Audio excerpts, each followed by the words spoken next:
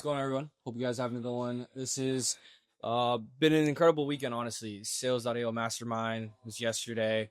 We have some of the other guys actually out here doing their one-on-ones with some of the coaches, which is exciting. However, we thought, why not record sort of just a story for each of the people that have been a part of Sales.io, and that's obviously why we have Emma here as well.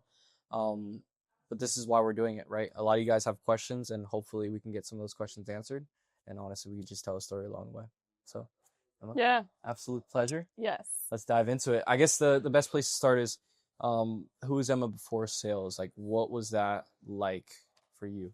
And then we'll just kick everything off from there. Yeah, Emma before sales was just going through life with no purpose. Had a 9 to 5 job, would just come home. That was it. Yeah, just tugging out. Were you like in college? Were you just doing regular 9 to 5? Like, what did that look like? Yeah, I graduated college in 2022 and immediately went into the corporate job. So I was in that for 3 years. Okay. So how'd you even find sales.io and all that stuff? Was that So sales.io, like JJ joined the offer that I was on. okay? And I just met them through that. Like, would talk to them all the time. They were always doing like trainings on the offer. And then I didn't know their inner circle was a thing Okay. till this year, till I met Simon, honestly. Like, I No would way. join the coaching calls here and there because I had access to the community. Mhm. And then Simon was like, why haven't you joined Inner Circle? And I was like, what is that? Yeah. And then that's how I'm here. Dang, Yeah. fair enough. So it's like you didn't even technically, because that's what's so interesting. We have talked to a bunch of different people, right? Yeah. Some people knew JJ prior to going in, some people didn't. So was it a case you didn't really know JJ too much outside of that, right? A little bit. Okay. Like, we'd still chat here and there, like had everybody on Instagram. Would talk to other people in the community, like stayed pretty close with them. Yeah. And then it was August of this year when I joined Inner Circle. Yeah. And I knew Scott because he came in as a sales manager on that offer in like Onto the offer you're January. on? Yeah. Okay. In like January at the beginning of the year. And I just had a taste of like the coaching style in sales.io. I obviously knew about it before. During the coaching calls, they would have like late night, midnight meetings when I was on my 9 to 5. And really liked the style, felt like it aligned with me because I've been through other coaching programs before. Oh, okay. So you've been like pre-sales, like in that field then, right? So I did a sales course Okay. at the November of last year. Gotcha. That's kind of what got me into it. Okay, and then what was corporate like then? Were you doing anything sales related on the corporate side?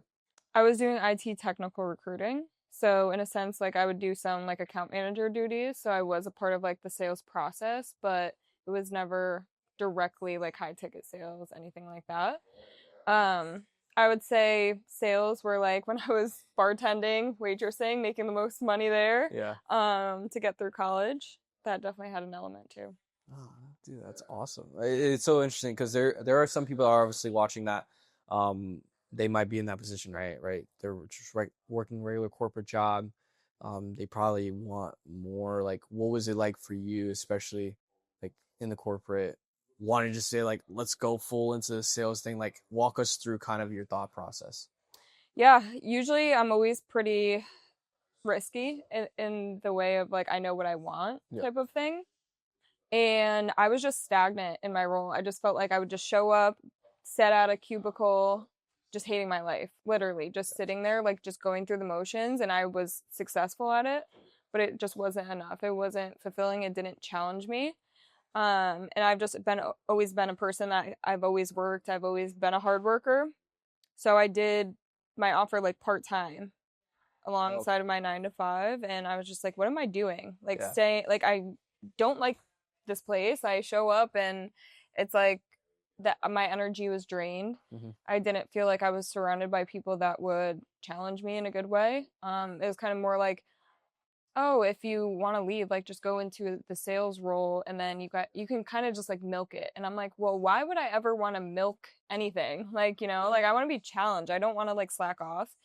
And that was the moment for me, like I know I'm making the right decision. Yeah. You know. There's a sense I'm getting like you kind of have like that ambition that was probably deep rooted. Where you think that probably came from? Because a lot of people, like you said, they'll just milk it Yeah. and then they'll just live like a regular existence. Like, what made you feel like you were obviously different from those people? Yeah, I would just say it's more fulfilling for me to know that I'm not just flying through life and expecting everything to come to me.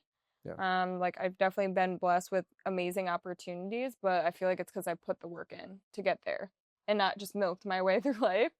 And I would say when I graduated college, I like went through a really tough breakup, which led me to have to move home, like totally out of my element, and I wanted more for myself. I was living at my parents' house, and I had a deep conversation with them. I was like, I just feel so stuck right now.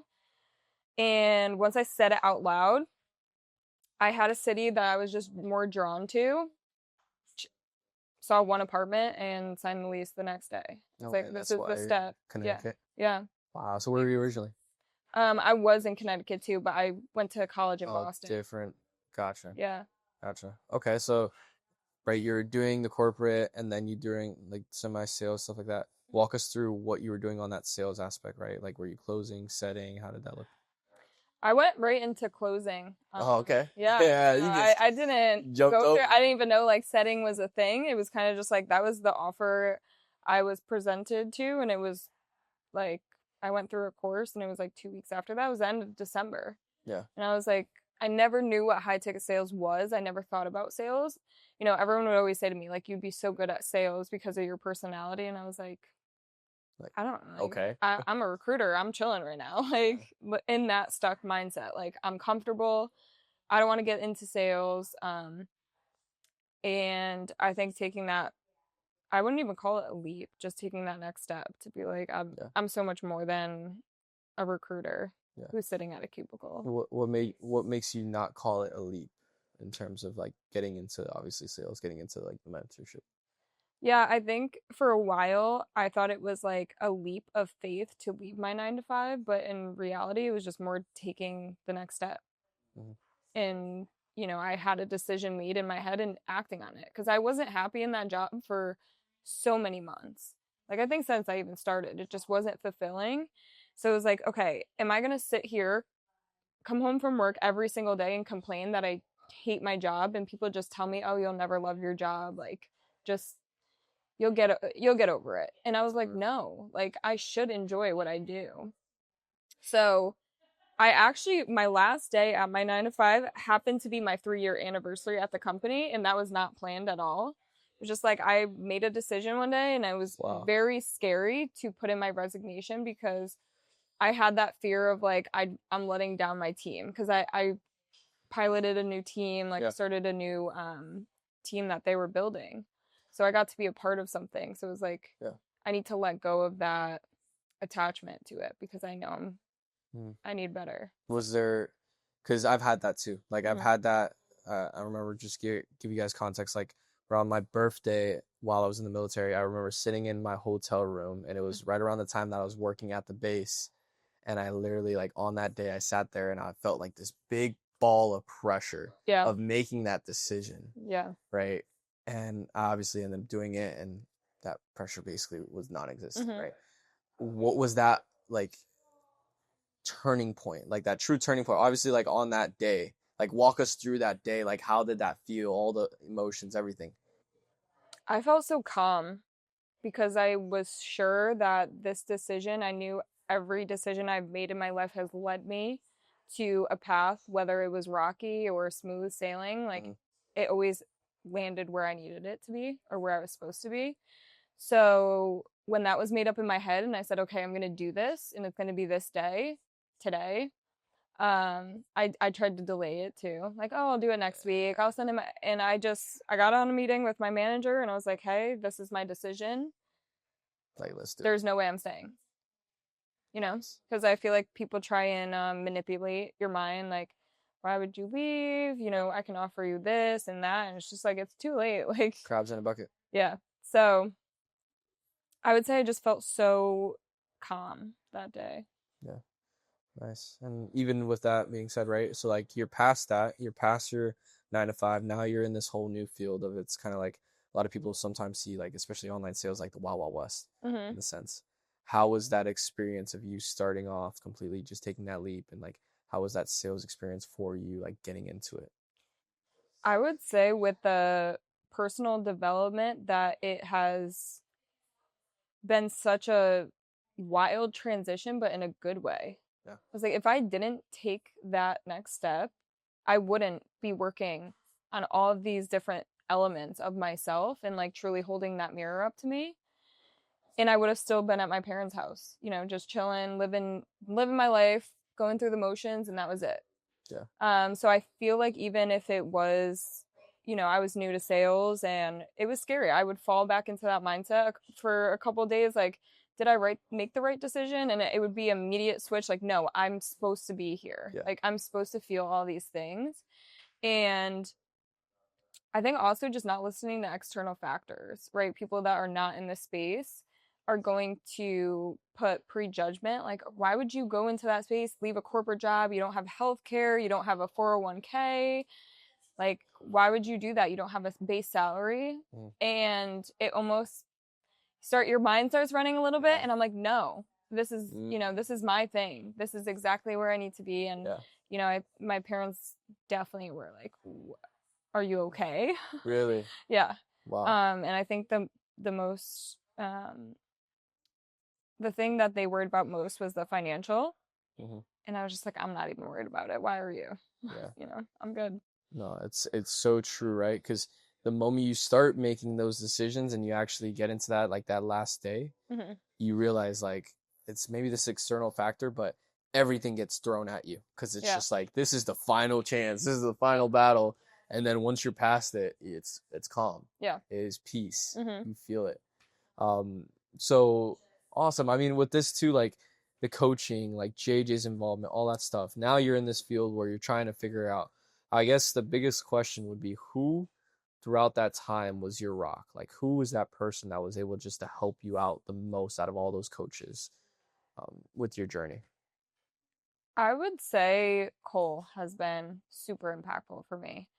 I'm someone that's very straight to the point, rough around the edges, I guess I can come off as. Yeah. So I needed that person. Like, I needed a person in my life that can bring out that emotional side of me, something that I don't show, expressively. Yeah. So to have someone like Cole who can truly hold that mirror up of like, we need to go deeper down. Like, you have a heart to show, you have emotions to show, and you're just like holding back, you have a guard up. And it was something that I never put focus on in my life and realized it was something truly holding me back. Yeah, so Cole has definitely been super impactful of just like feeling safe and feeling heard. Someone that just can listen and also provide, okay, how do we take next steps though? Absolutely. Not just listening and just feeling heard, but also like, how can I help you make this better for yourself? Yeah. And for a lot of you guys specifically, like you guys have heard like, oh, who's Cole, who's Scott? How would you describe the difference between maybe Cole in terms of teaching, Scott in terms of teaching, JJ in terms of teaching, just so like for somebody that doesn't know and they're hearing all these names, they'll start to understand it. Yeah, Cole, I would just say, is just, he has a warmness about him where you feel safe enough to open up to him and have him guide you and trust that he has your best interest. And same with Scott. I would say he's more like, brings out that funny side. Yeah. He's a character. He's just as impactful, and I think JJ too is just like that warm feeling too. Like, you can just open up to him. He's just there for everybody. Yeah. And every time that something happened, like, he was just always there. I sent a long text to my old offer owner, like, basically, like, I'm leaving for XYZ reason. And as soon as I sent that, like, he immediately called me. And it's just like, that is who JJ is as a person. Yeah. Like, how can I be there for them? Because I know that this is coming from like a place of uncomfortability and they're not happy about a situation. How can I help guide them to me? And he's always just like, he heard that I needed an offer, like, texting me, I have an offer for you. So JJ's kind of like the rock of everything. Yeah. And then obviously amazing coaches. Yeah, Yeah. absolutely. So you did go through a period where you left an offer. Was it a case of you like leaving an offer out of pressure, or like what was that? The there was no alignment and I didn't agree with what was going on Gotcha. behind the scenes. And I was fully aware that I needed to express that to the whole team. Absolutely. I didn't want that to be hidden or shoved under the rug, and I know that I would have support from the people. As you should. Yeah. Yeah. No, that's, I mean, it goes to show, like, I can't tell you how many times, because I'm literally always recording with JJ, Yeah. that, like, we'll do a little quick recording and then he's on a call with someone random. And Hmm. I already know it's probably one of the students because Yeah. he's, like, hopping on a random call, or, like, say if somebody's displeased with the community and it's not even, it might be something like that. Like, they're just frustrated and they Yeah. need somebody to talk to. Hmm. He's, like, always calling people. Yeah. So, Yeah, and I would say too, like, to give credit to Scott, I mean, he had came on to our offer as the sales manager, and it was just like a breath of fresh air. And he's really who got me back involved with the sales.io community. really. And I just love the coaching style because I feel like that's what I was missing in my life, the personal development.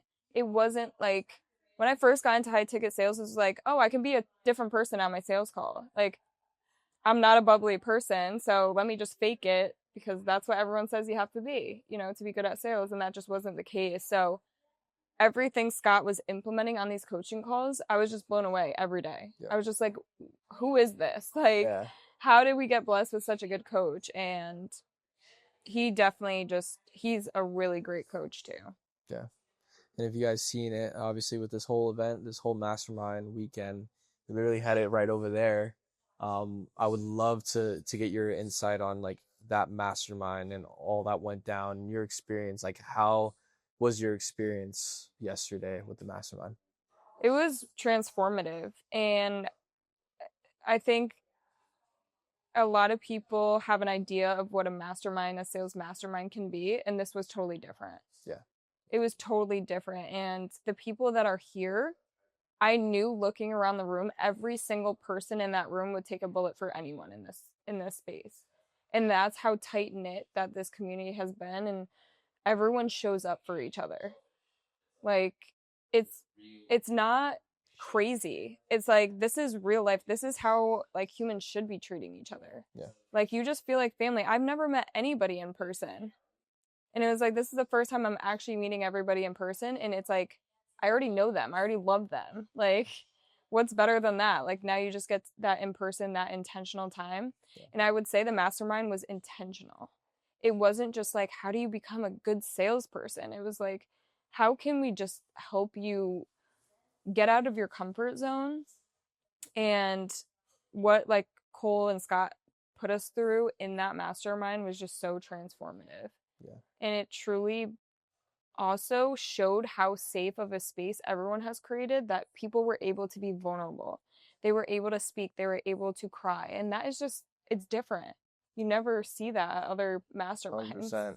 Yeah, with all these ones, it's wild. I've been to a lot of masterminds, and Yeah. this was like it was funny. I was recording. I was just like, Yeah. this is not normal. It was Like, it at was all. deep. Like, I remember, after we came back, everyone was upstairs talking. I was just sitting downstairs, like, Yeah. in deep thought, like, wow, It's like, wow. that was crazy. Yeah. But in a good way. Yeah. Yeah. No, absolutely. Absolutely. I would say then, in regards to this, like I said, you had an incredible journey with everything that you've done.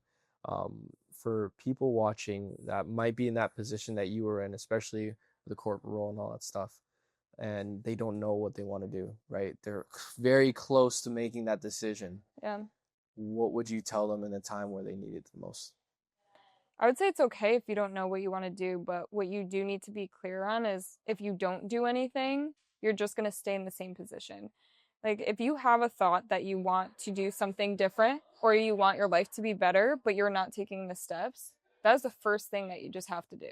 And that's okay if you still are sitting there. Like, when I first joined Inner Circle, I'm just like, I don't know what offer I'm going to be on. I don't know. Like, you just don't know sometimes, and that's okay. Yeah. You have people there to help you figure it out along the way. And things, you start attracting the right opportunities when you truly align yourself. and you actually work on yourself. And I think that's what's important is like, if you're going to make a decision, make sure the decision is aligned with you. Like joining Inner Circle was a no-brainer for me. I told Lou, I was like, you don't even, I'll let you do your process, but like, Through Lou. I'll let you do your process and I'll be so open with you. But there's no doubt in my mind that I will not join Inner Circle. And I think I had a taste of like how Scott was as a coach. I didn't even know Cole at that time. Mhm. And it's just take that step, because that ended up being my best month on my offer. Yeah. And it just held a mirror up to me. Like a lot of people around me visibly saw a difference in how I was presenting myself, my thought process, and how I, was reacting to things or not reacting to things. It was truly, you know, a ripple effect on people around me too. Absolutely. And with that being said, do you have any last takeaways, any final things that you'd like to say for anybody else out there? Yeah, I would say if you're truly looking for something that is going to not only change your trajectory of life, but something that's truly going to hold you accountable to the person that you want to be, and have a community that you feel so safe with. Like the fact that we're all staying in a house and like everyone's just like chilling, everyone's like really good friends, everyone feels comfortable. Like joining this, maybe it's not for everybody, but if you want to be held accountable and be uncomfortable and be okay that that's going to have to happen in order for you to grow, this is like the best decision you could ever make for yourself. Amen. Emma, Amen. absolute pleasure. Thank you. With that being said, these videos are meant for you guys at the end of the day, because there's a lot of you guys that are at that moment where you don't know entirely if this is something you want, but ultimately these videos are made and they're meant to answer any questions and help you guys either make that decision or help whoever you know out there that needs it. So um, if you have any questions, book a call down below, talk to Lou. If not, outside of that, if you want to even put your description, your information onto there, they can reach out. It's up to you. But this is why we do it. And aside from that, I hope you guys have a good rest of your day. I'll see you in the next one.